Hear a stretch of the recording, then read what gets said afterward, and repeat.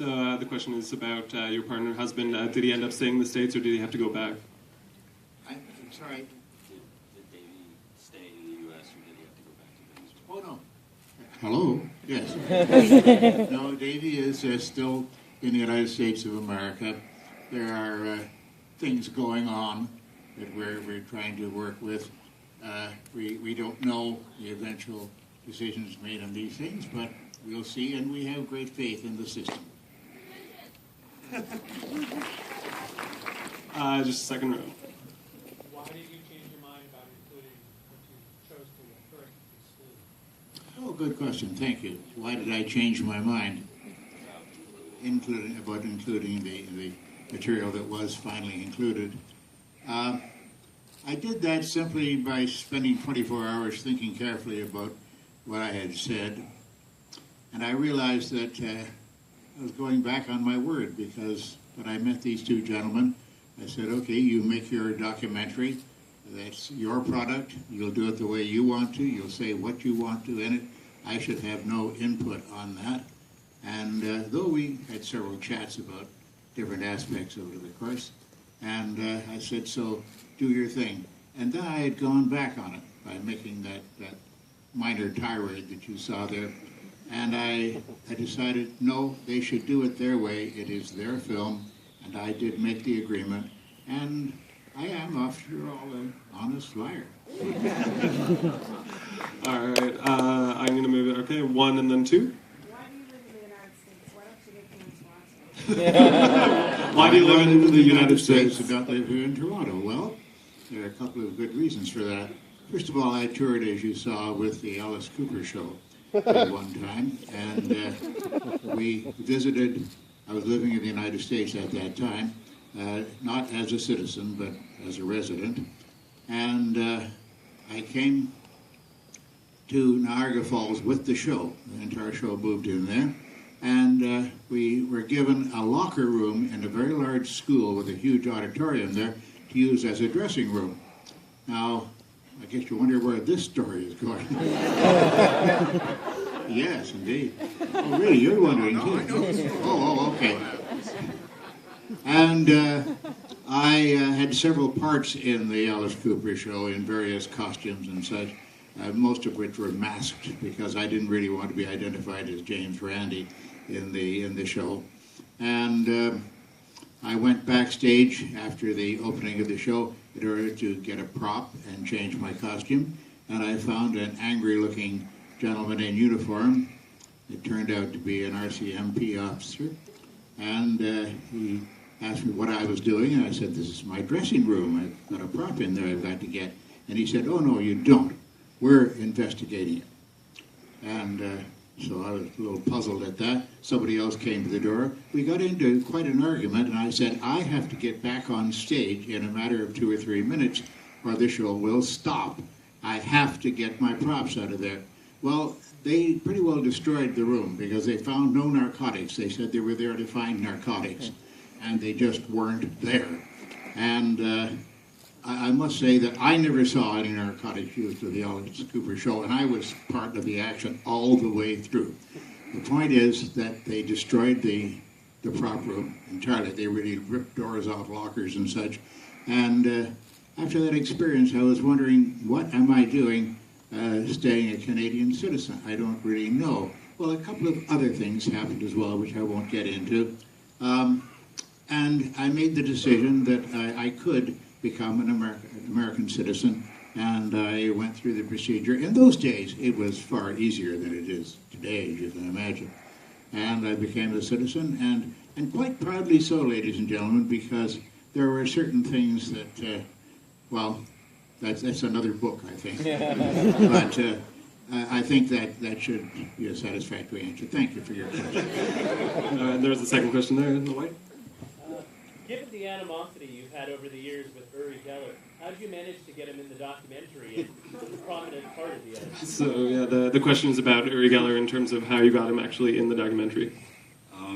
So yeah, we wrote to Uri, wrote him a nice email saying we're doing a documentary about somebody you know very well.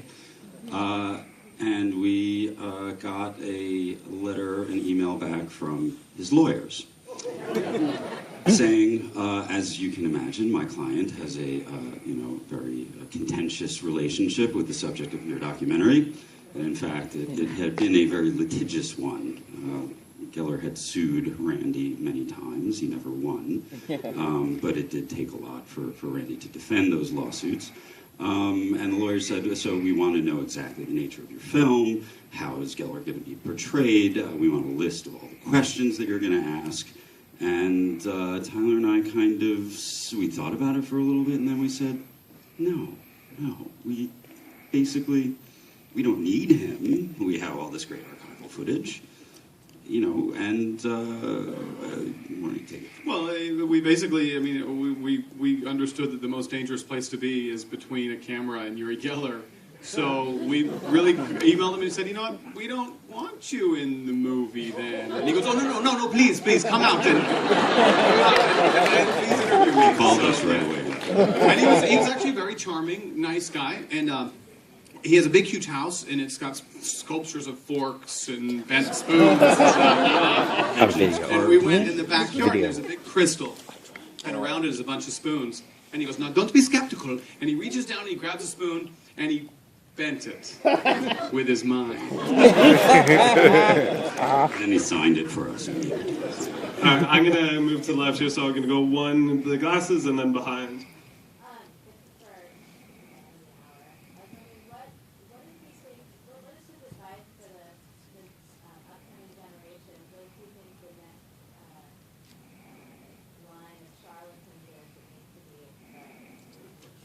So yeah, the question is for Randi in terms of what is your advice for the next coming generations and the potential charlatans that there might be?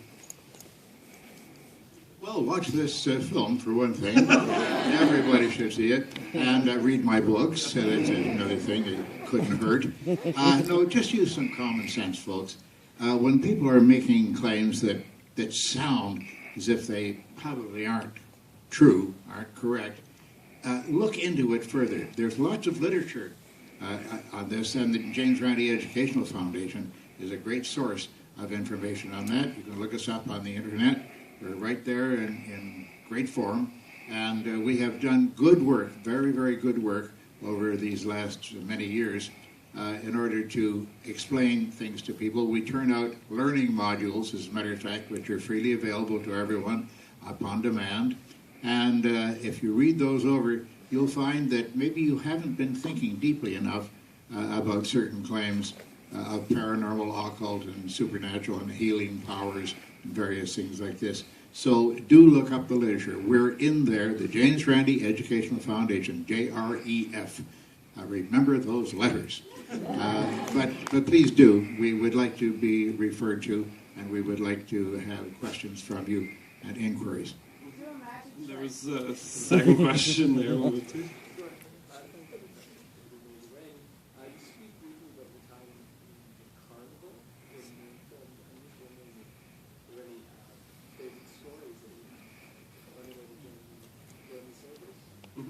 So the question is to Randi about your time in the carnival. Oh, from my carnival days. Well, there was Sophie, but I don't want to get into that. I had a very good training in the carnival shows, I must say. I worked with Peter March Traveling Shows.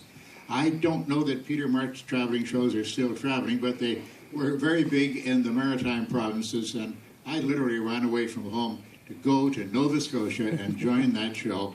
And it was a great experience for me. It was tough. It was very tough. We were rained out. We were chased out by the police. We had all kinds of problems. We had mechanical breakdowns in the middle of the highway.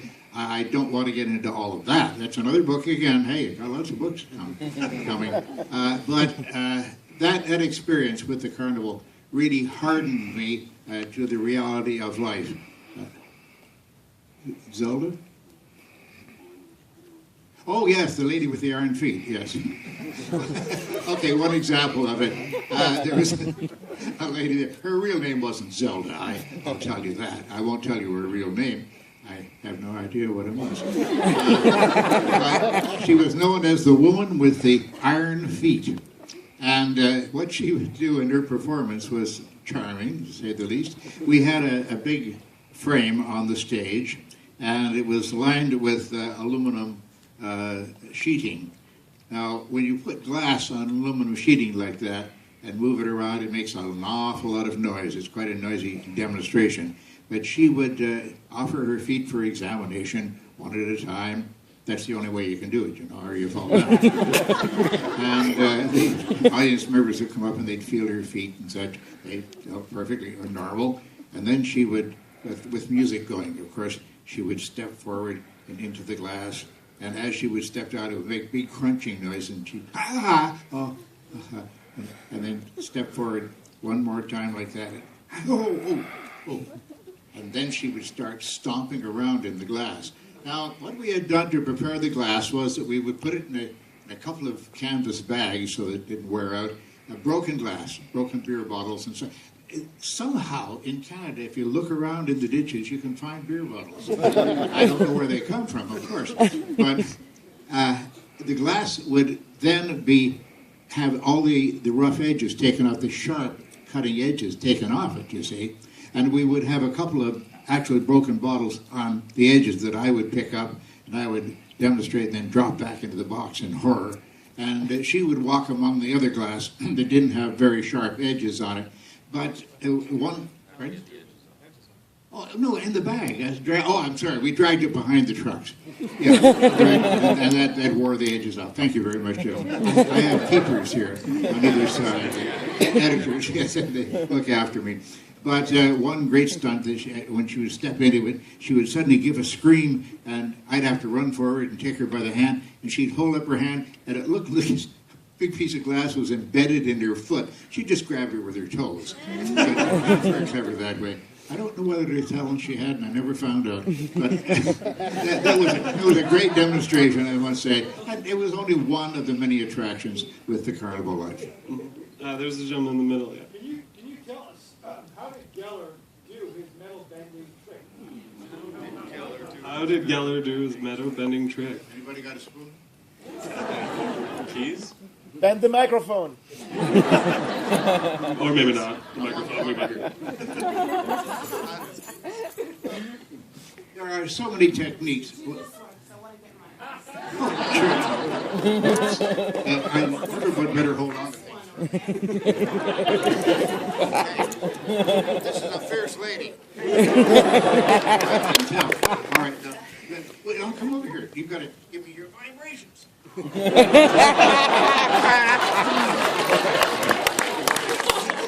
right, now, is this one here? Please. Okay, very well. Will it work after? Now she asks. Well, let me just see what I can do here. You see. You watching it carefully? Oh, it's bending. Oh, it's bending. Thank you very much, ma'am. You like that? Yeah. That'll be $25. No, I don't bend them back. Okay, just run there. Okay, you said earlier in the film that you knew very young that you were different, that you were gay, and that growing up in the past, there was a great deal of intolerance towards queers. Did that in any way influence your skepticism towards things like religion and charlatanism? Oh no. I remember from a very, very early age, I'll give you the Sunday school experience. At the age of about 11 or 12, I guess it was 11, my parents sent me off to Sunday school. I went on my own. They gave me a quarter. And that was big money in those days, you see, to put on the plate. But I went into St. Cuthbert's Church, right here in Toronto. I guess it's someplace along Bayview Avenue, I think it is, if I remember correctly. And now, you've got to understand, as a magician, I have a totally different cast of mind. Of course, you understand that. But with that quarter that I went into the Sunday school, that was sort of my admission to the theater, you see. And they sat me down in Sunday school, and they started telling me stuff from the Bible. And I would interrupt every now and then and say, how do we know that's true? And it's in the Bible, and they'd thump the Bible very loudly. I gave them such a hard time, such a very difficult time, that I was told that maybe my parents wouldn't want me to come to Sunday school again because I was always asking why and how do you know that. But I went back the second week, and as I approached the church, I thought to myself, wait a minute, 25 cents. At Purdy's drugstore on Bayview Avenue, you can get a 2-flavor sundae, ice cream sundae, for 25 cents. And for 20 cents, you only get 1 flavor. I invested. And I found it was a very wise investment. And my friend Gary Haynes, he only had 20 cents allowance, so he had to settle for 1 flavor. I never told my parents that I wasn't going to Sunday school. And I was spending the money in Purdy's drugstore, and Mr. Purdy was sworn to secrecy, of course. That's my experience with the church. I actually worked as an altar boy for 2 or 3 weeks just to see what it was all about. And how did I describe it? Oh, bullshit. Yes, that's it. That's my opinion. That's my opinion, folks. I don't try to force it down anyone's throat. No, not at all. But I am not a believer in anything religious whatsoever. And I think I have very good reasons to doubt it. Let's put it that way. All right, so I'm going to pop in, and we're going to go 1 and then 2 right in the corners. So, I'd like to applaud you for your effort to reveal the truth. I think it's a very courageous thing you did, because a lot of people must have been at you all the time about the fact that you're trying to ruin someone's career and all the rest of it. And so, the next thing I wanted to ask you was, who are you going to pass, who's the next amazing Randy that you're going to pass your torch on to so they can antagonize those people that want to cheat us of the truth? So the question is, who potentially is the next amazing Randy that you can pass on? Well, I can't give them my good looks. Believe me, there are a great number of people out there. Banachek, the medalist you saw on the screen there, is a great purveyor of the good word, what I call the good word. And there are many people out there who have taken me as an example. Not all of what I do they've taken as an example, I caution you. But the fact that I'm fighting against the fakers has been taken up by a great number of people in Europe. Massimo Polidoro who gave me this cane in Milano a few years ago. He is one of my acolytes, so to speak, and he has taken that over in Italy, has his own television and radio program and such. So it is getting around, and my influence has been felt. I would just add that actually he has had a huge influence on a lot of people, including the people in the film. I mean, Penn and Teller say that there would be no Penn and Teller if there wasn't a Randy, because a lot of their work is in a similar vein, and the same with Adam Savage. He says, Randy is the original Mythbuster, and also as well as Bill Nye, who said Randy influenced him to pursue science. And think how many people Bill Nye has influenced. I mean, a lot of people are directly related come back to this guy. So the next Amazing Randy is still the Amazing Randy for another, 20, 30, 40, 40? At least. Years? Gentleman in the corner. I'm just curious, after a career spent exposing charlatans, is it possible to have a spiritual life or spiritual beliefs after that? So the question was, after kind of years and years spent kind of exposing charlatans, is it possible potentially to have a spiritual life? Oh, what do you define as a spiritual life? Belief in things that have no evidence? If that's the case, no, I don't think I'm capable of that. All right, so I want to see. Is there I don't want to neglect the balcony. No, I'm down here. Well, we're gonna jump. There is one in the corner. I couldn't really see you, but I see a hand maybe. The shows like Crossover, I forgot the guy's name, like Sylvia Brown, are those like hoaxes too? Oh my God. No, this is Thank you for sharing.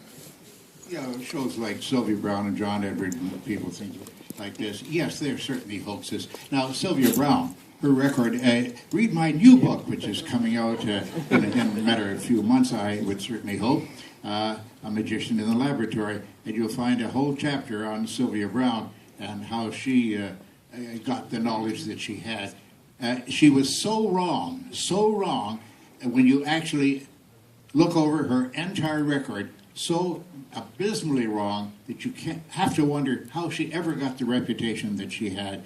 But she made a fortune, and she's now no longer with us. Has she reached out to you from the grave? No, she has not reached out to me from the grave. No, at least I don't know of it, because maybe I'm not sensitive enough.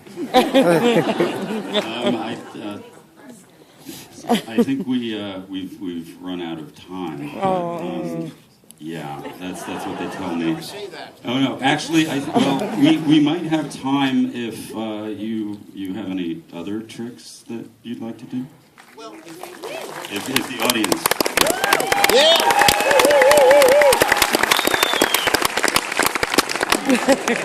Yeah. I would like to have a volunteer from the audience, a good, strong gentleman. Someone. This man is strong. Why is everyone doing this with the guy next to him? They're right here. Come on up, sir. Oh, he looks like a well-developed gentleman with muscles and stuff like that. So you can do a demonstration for me here. Hello, sir. What's your name? Peacefire. Peacefire. All right. Peacefire. Extraordinary claims require extraordinary evidence. Oh, that's a good motto to have. Thank you. Now. Hold it for me, please.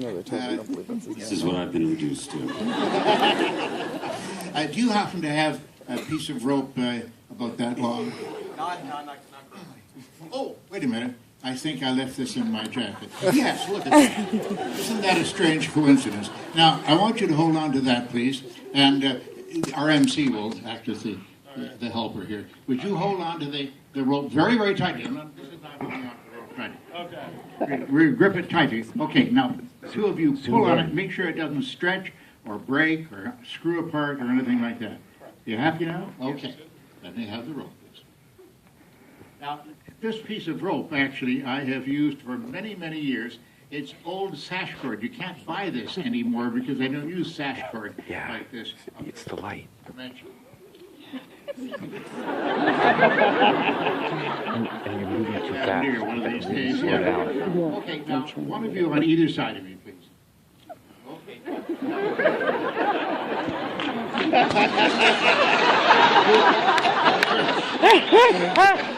That's picturesque. All right, now I'm going to ask these. Hello? I'm going to ask these two gentlemen to tie my hands together, one on top of the other. Here, you get that in there. That's yours. Okay, would you take the other one? Really heave on it now. Come on. Oh, the pain, the agony. All right, bring it around on top. Wait, no, don't take it out of sight. Okay, now tie another knot on top of the other wrist that way. Thus tying one hand to, oh, yes, great. And put your finger on the knot or whatever you have to do and make sure it's good and tight. Okay, is there room for another knot? Oh, there you go, all right. Do another knot, why not? Why not? Get it? Okay, thank you very much. All right, are you satisfied with the tightness of that knot, sir? Pretty damn tight. All right, very good. Pretty damn tight, that's a good description. All right, now I'm going, oops. Yeah, I may be in some sort of trouble here. I'm not sure. Right, stand over here. I was laughing at him. The rope seems to have fallen off, ladies and gentlemen. How about a big round of applause for Paul?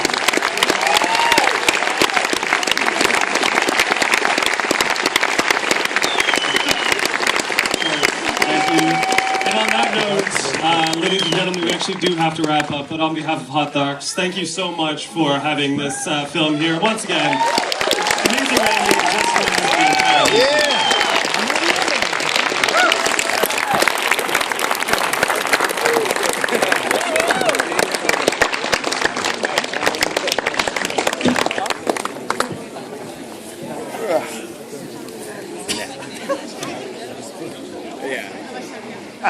When you're ready.